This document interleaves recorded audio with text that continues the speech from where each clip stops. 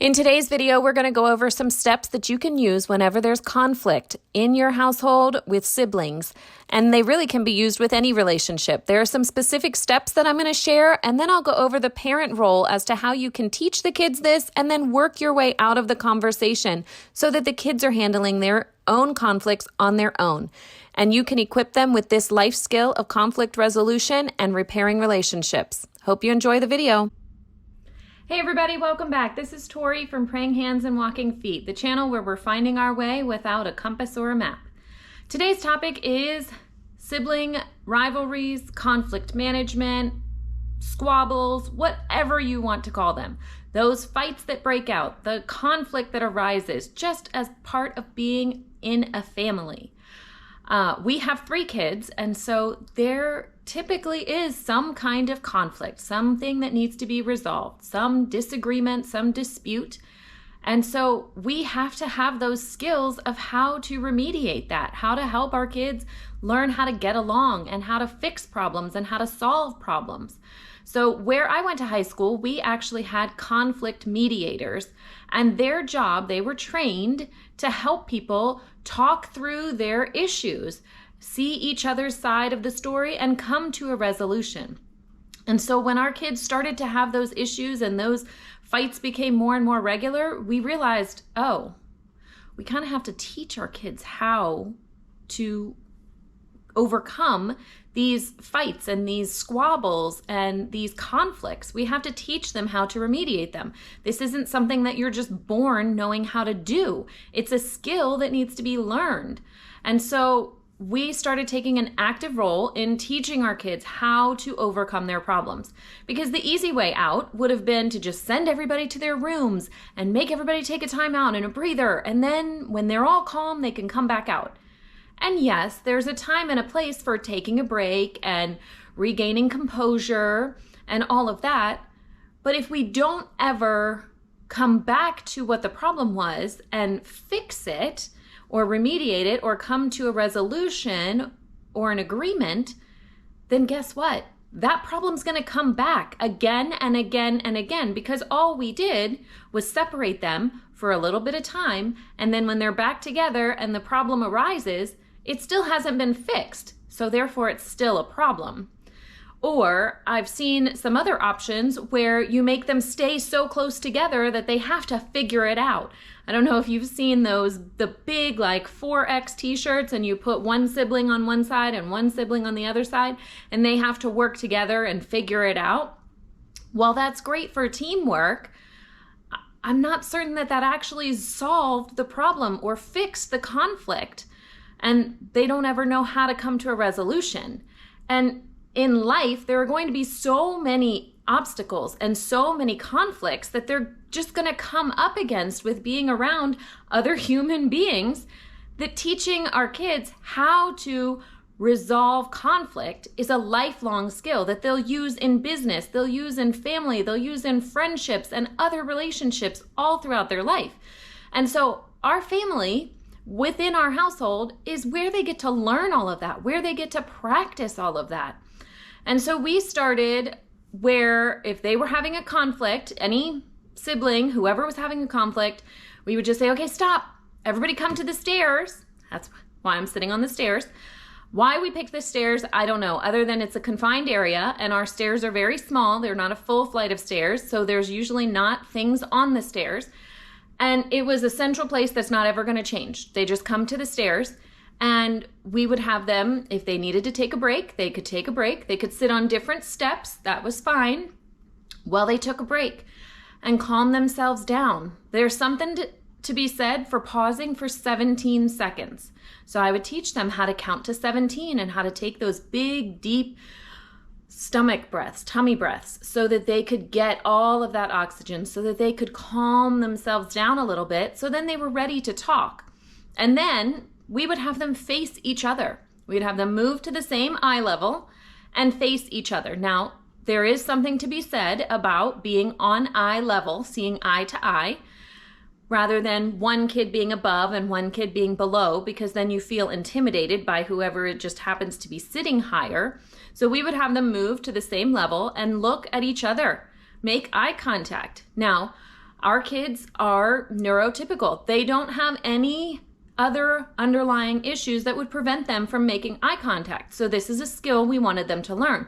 If your child is neurodiverse, you might have to come up with something different or accommodate in some other way. But we felt that it was important that they make eye contact with their sibling because that's the person that they had the conflict with. They don't need to practice making eye contact with me because I don't want to always be stepping in, and I'm not the person that they were having a problem with. So we have them look at each other, and they can each take turns telling their side of what happened, but they're not telling it to me. I'm not in the middle. They're talking to each other. We're teaching them to talk to each other because there are going to be lots of times where they're going to have conflict that I'm not around. So I want them to have the skill to be able to do this without me being there. So they have to look at each other and they have to talk it out and tell their side of the story, their perspective. And sometimes you have to step in because it drags on to blaming and shaming and they did everything wrong and I'm the victim. And so then we had to step in and remind them, okay, now talk about how that made you feel. And so then they would share how that made them feel. Then after they got to share their sides of the story, we would then have them tell how it made them feel, because that's an important piece for developing empathy and understanding and being able to see from the other person's perspective. Then after they've gotten to speak their piece, they've gotten to say how it makes them feel, the next step is for them to take ownership of their part. And so this is the part that they needed the most coaching on was, okay, what was your role in this dispute or in this conflict or in this disagreement? Well, it wasn't me, it was all them. Okay, but it takes two. So what was your part? Oh, well, I guess I yelled at them. Oh, okay. And so how do you think yelling made them feel? And so then they'd look at the other person and say, I yelled at you because, and that's okay. They gave their reasoning, but the important part for us as parents was to teach them to take responsibility for their part. Because that's something that's missing so much, I see, in our society, in our kids that we're raising, is we don't take responsibility for our part. We always want to point the finger and blame the other person. But the real growth and the real improvement happens when we take responsibility for us, and then the other person takes responsibility for them, and then we can come together and find common ground or an agreement or a resolution. So that took a lot of time.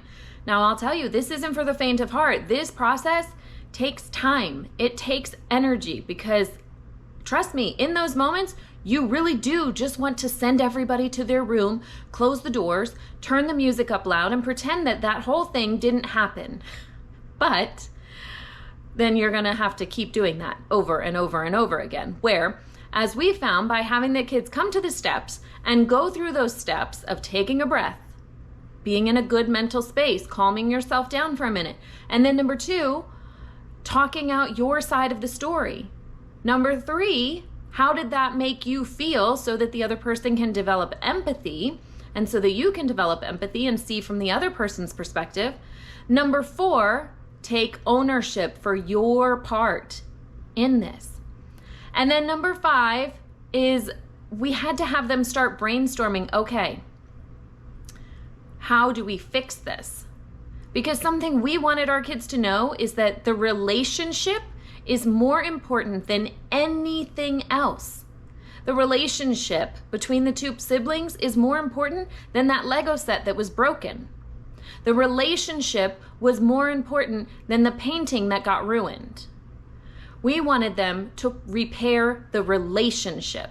And so we had to coach them and talk through, okay, you damaged the relationship by yelling at your brother. You damaged the relationship by breaking their Legos. So now I want you to think, how could you repair that relationship? Because it's broken right now. So how could you repair it?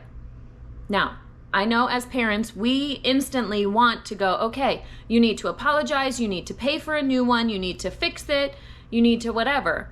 But if we just pause and take ourselves out for a minute and let our kids think about what would it take to repair that relationship, I think you'll be surprised that they actually know.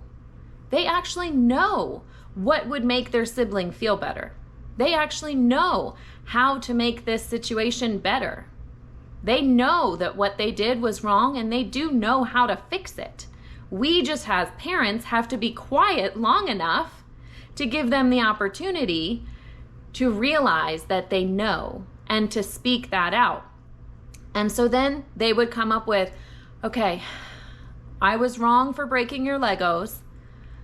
Would it make you feel better if I worked together with you to put them back together?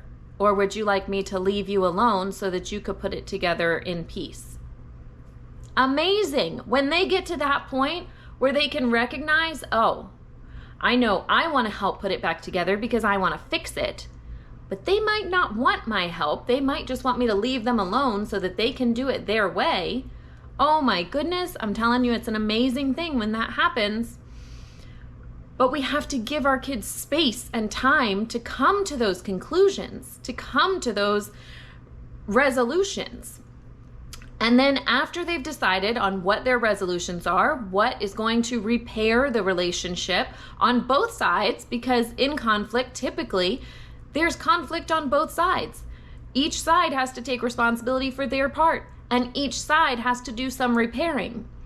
So then we have them agree on a resolution. Does that work for you? Yes. Does that work for you?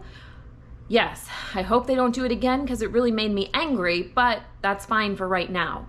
And that's fine. There's growth there. It's not going to be immediate. Then, so that we know that everybody's on the same page and that this is resolved and we're not going to keep rehashing it and bringing it back out and blaming the other person and all of that, we have them come to a final resolution. Now in our house, we have our kids do a handshake, a hug, or a high five. And that is how we know that this conflict is over. The relationship has been repaired. We're all good to move on. We're not going to bring this back out again and again and again. We have resolved it. So they do a handshake, a hug, or a high five. Typically by this point, I am having to remind them that they need to do that part because they're already giggling and off and trying to do the next thing. Now, we had to come to the steps for a very, very long time with one of us being there as kind of like a coach or a mediator.